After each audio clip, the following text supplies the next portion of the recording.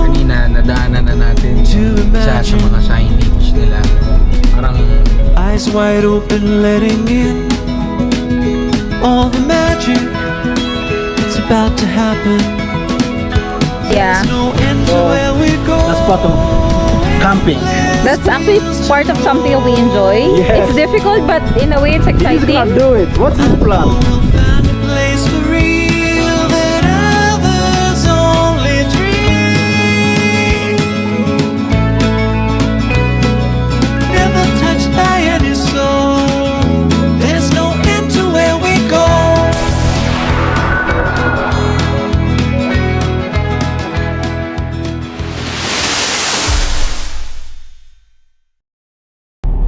Hello guys! Magandang araw sa ating lahat. For today's video ay pupunta tayo ng Tanawan, Batangas.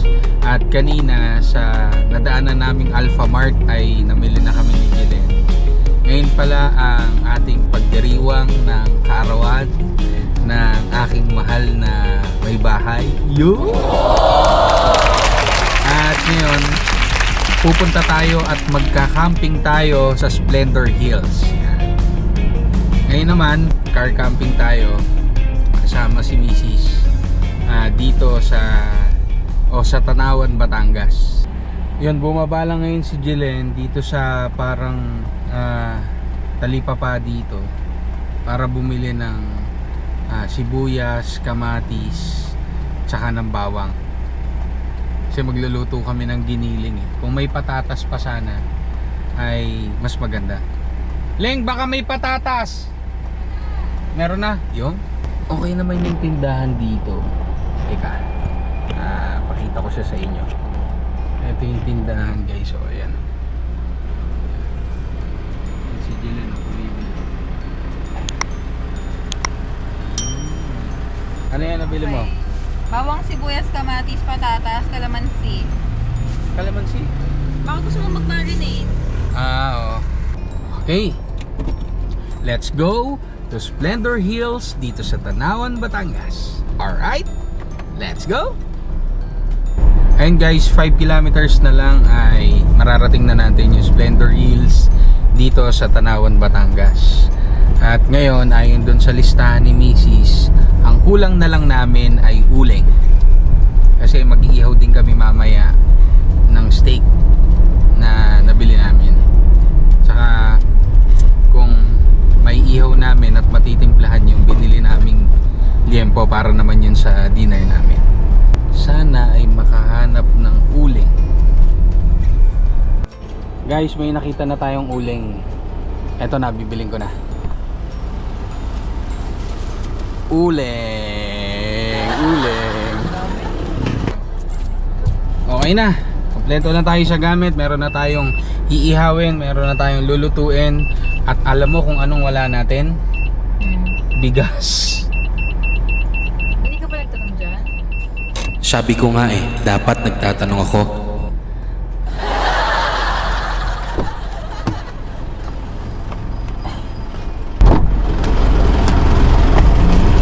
Ay, may bigas na. Ito na ang bigas. Hindi mo na binuhol. Nagmamadali na ako eh. Ang bigat nito! Sabi mo, lahat ng matitira ay iuwi sa bahay. Uy, totoo naman talaga yun. Kaya huwag kang manghinayang. Hindi naman to itatapon. Alright, punta na tayo ng Splendor Hills. Dire-diretso. Tuloy na tayo sa biyahe. Ngayong kumpleto na talaga ang ating mga kailangan dun sa ating camping. Paano kung hindi pa pala? Feeling ko kumpleto na naman. Kasi may mga tubig na rin tayo na check mo na sa listahan.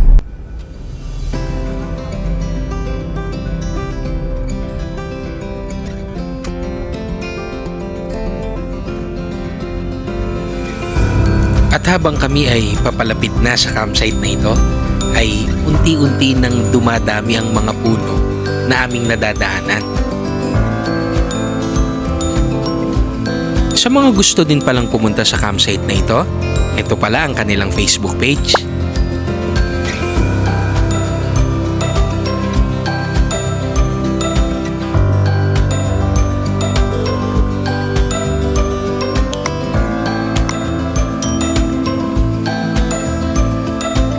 At pagkatapos ng 2 oras na biyahe mula Alabang, Muntinlupa City, ay narating na nga natin ang Splendor Hills.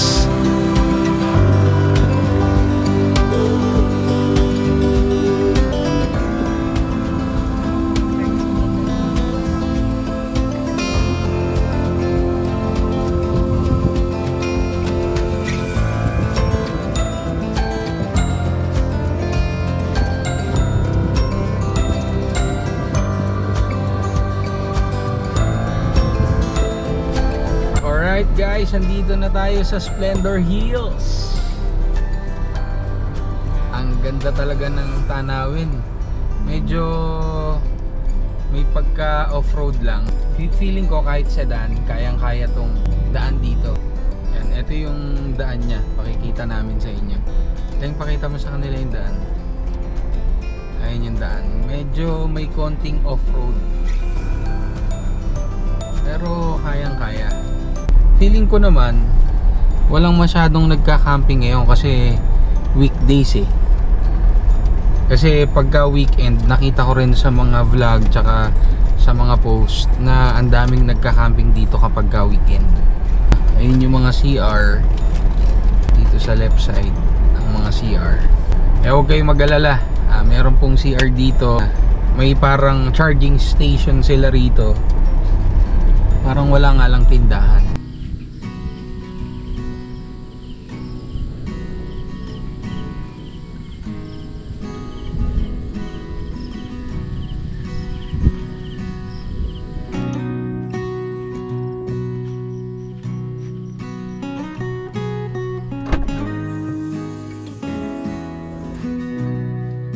Alright guys, welcome to Splendor Hills Campsite.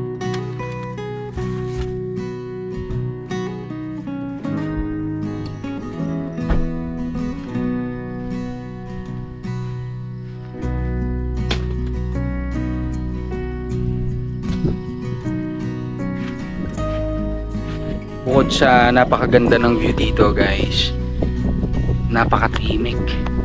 Talagang payapa itong lugar na ito. Sarap magmuni-muni, sarap mag-relax, tapos makikita mo yung gantong kagandang view.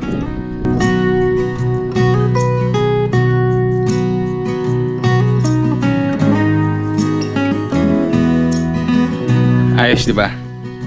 Ngayon guys, kunin muna natin yung lahat ng ating mga gamit, ilabas muna natin dito sa sasakyan para makapag-setup na rin tayo, lalo na ngayon first time natin mag-setup ng bago nating tent, yung binili nating bagong tent. Tapos ganun din yung canopy. Tingnan natin kung gaano kabilis natin siya masisetup. Si Jillian nasa CR lang, ako na muna magbababa ng mga gamit namin.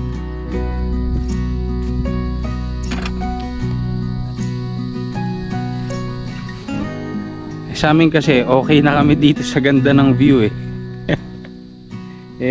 Sabi ng owner, meron daw mas magandang lugar. Titingnan ni Jillian, tapos kung saan niya gusto, doon kami magse-setup.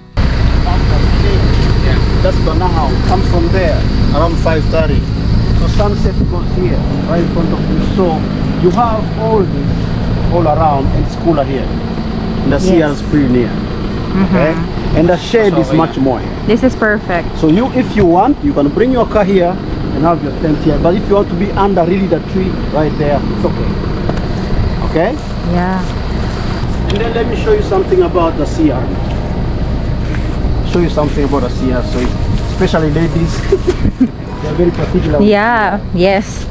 It's one of the things I ask Guys, actually. you don't care. You can go to the bush and you're good. Well, the toilet of Splendor Hills is not the best, okay? But it's okay for the rock. Yeah. As long as it's clean. We are still drilling a deep well, okay? Where do you live? You live there, right? That one? Yeah, that's his.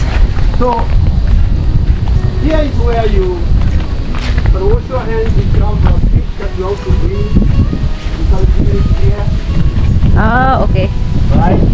Wash hands, drill your fish here, looking at the view, right? Ah, this is and perfect. then here is a CR, okay, which we are going to refill with water here, and I do believe this DJ is working here, Oh, okay. which is camping, right? Yeah. It's not a hotel.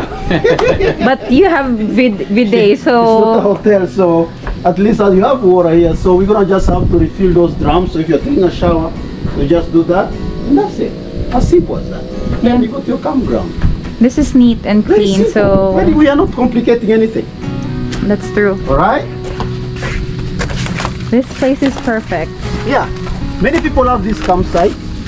In the simple as it is, although it is that majestic view, Yes. we are not turning this into any kind of resort. It's just gonna remain raw. Yeah. Yeah. You just want That's good. That's very good. That's a temptation of many campsites. When they are Yeah, because for money, they right? change into a resort. And For money. I don't think that's my dream. That's not my dream. I love that. That's good. Yeah. Okay, any question you have? No, we're good. Dito na lang natin nag-isakyan. Yeah, you bring your car. I can guide you, brother Mike. Welcome to Splendor Hills. This is Nature Boy Alex. The same. Yeah, we are still here at Splendor Hills, and I'm showing my friend here about Yes. what can you say about Splendor. It's perfect. It is super perfect. It is the perfect place for really camping and just chilling out. You really have the 360-degree It is absolutely perfect 360. view. Yes. Yeah. So definitely we will go back maybe next time with our family. So we are at Alpha Campground here. This is Alpha. Okay. Salome is on the other side. The Omega is the other side. I think there's someone who just arrived. He's gonna stay there. Let him be far away from you. Okay? What's that place? That's Lipa. Oh, that's Lipa. okay. That's Mountain Makulot in Cuenca, Batangas. Okay, Makulot. And then this is Balete on the bottom. Okay. That's Mataas na Kahoy. Oh. This mountain Makulot in Cuenca, Batangas. That's Mararayat in Lipa. Mararayat, Let me Makulot. talk to this person who just arrived. Okay. Yeah. Go. Thank you, Alex. No problem. Okay, nakasettle na po. Mas maganda nga tong spot na to. Hello, Rocky.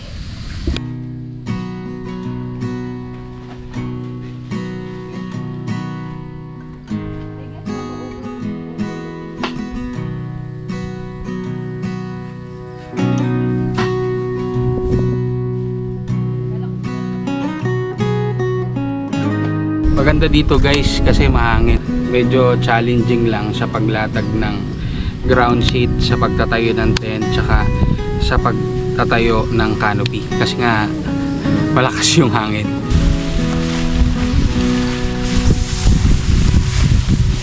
At inabot na nga kami ng gabi sa pag-setup namin ng tent at ng aming canopy.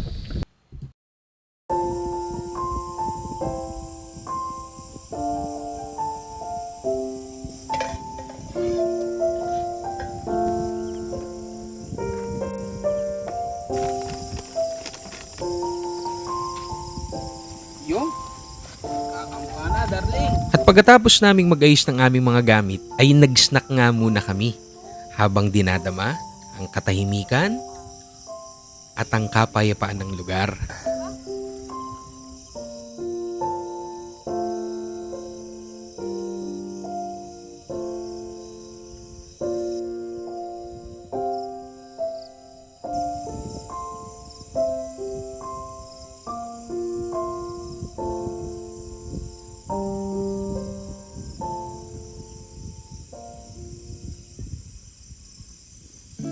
Hello guys! May mga nakita pa kayong ilang mga footage kanina na sineset up namin yung aming canopy tsaka yung aming mga tent. Ngayon, dito kasi sa Splendor Hills may kalakasan yung hangin. Kaya medyo nahirapan kami na mag-set up ng aming canopy. Buti na lang tinulungan kami ng may-ari at okay naman, na-set up naman namin yung aming canopy kasama nung tent, pati yung aming kitchen. Lahat ng aming mga kailangan, okay na. Pakita namin sa inyo yung setup namin ngayong gabi. Ito guys, yung aming kitchen. Ayan, dyan kami nagluluto. Si Mrs. lahat ang nag-ayos niyan. Pagkatapos, ito yung aming ihawan. At ito yung aming lalagyan ng mga kaldero. Lahat ng gamit pang luto andyan. Tapos, ito yung aming nabili sa grocery na mga lulutuin din namin mamaya. Bakit dito? Yan. Talagyan ng tubig. Ito si Mrs. Nagtitingin ng mga picture. Tapos ito yung aming tent. Yan. Aming tent. Yan. May inflatable kami dito. Nilagyan namin ng cobre kama. Inflatable yan. Yan o. Yan. Pagkatapos may dalawa kaming unan doon. Isang kumot. At meron kaming electric fan. Ito yung aming ilaw guys. Sapat na para mailawan tong buong tent. Nitong ilaw na to.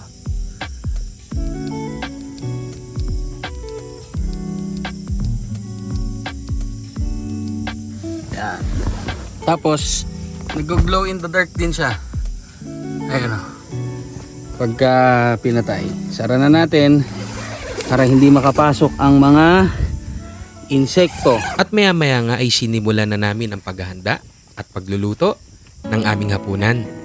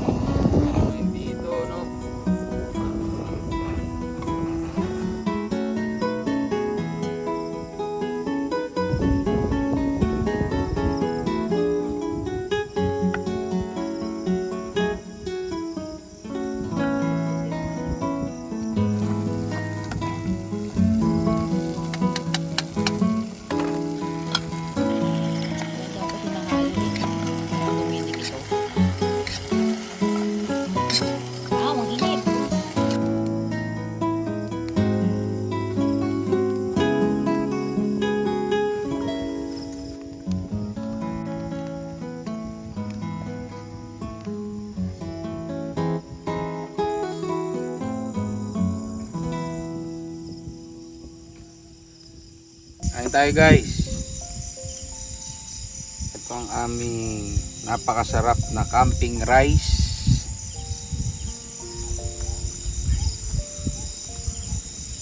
Ito ang isang ulam namin. Steak at liempo.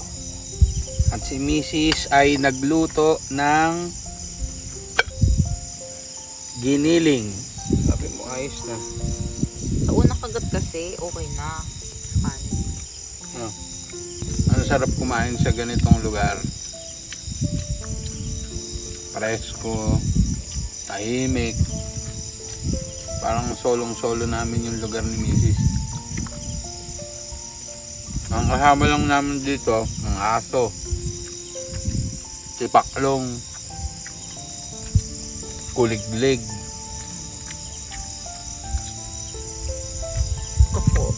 tuko. Sarap ang giniling.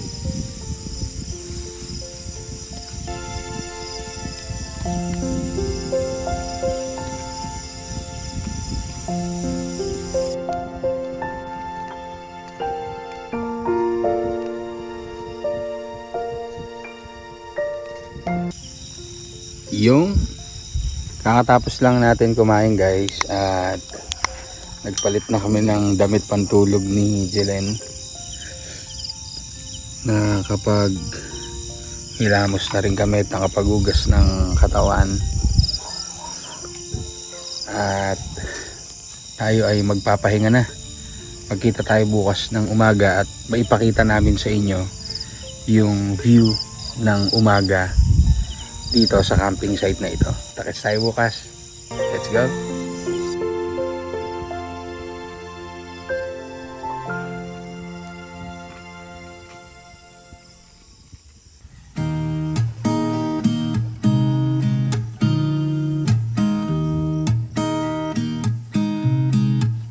There's a new day that will come again tomorrow.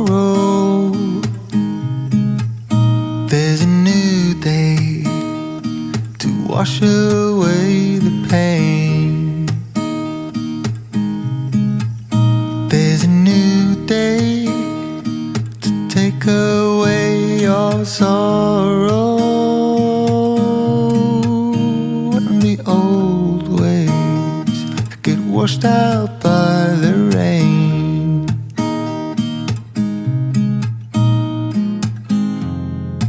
Darling, you've got to keep holding on through the night, 'cause I promise you this: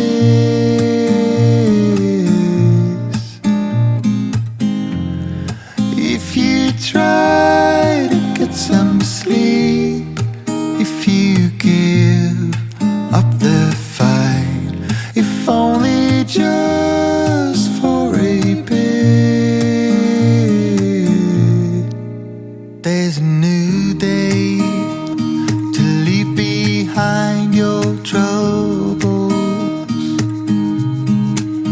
There's a new day and it will set you free. There's a new day to get you through your struggles. I will always think of you and me.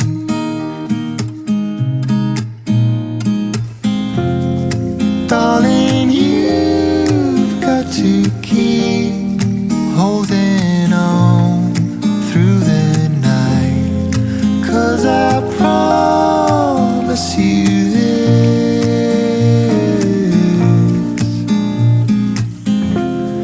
if you try to get some sleep, if you give up the fight, if only just for a bit, there's a new day. It is waiting for us. There's a new day waiting round the bend. There's a new day and it will restore us. There will be new ways. This is not the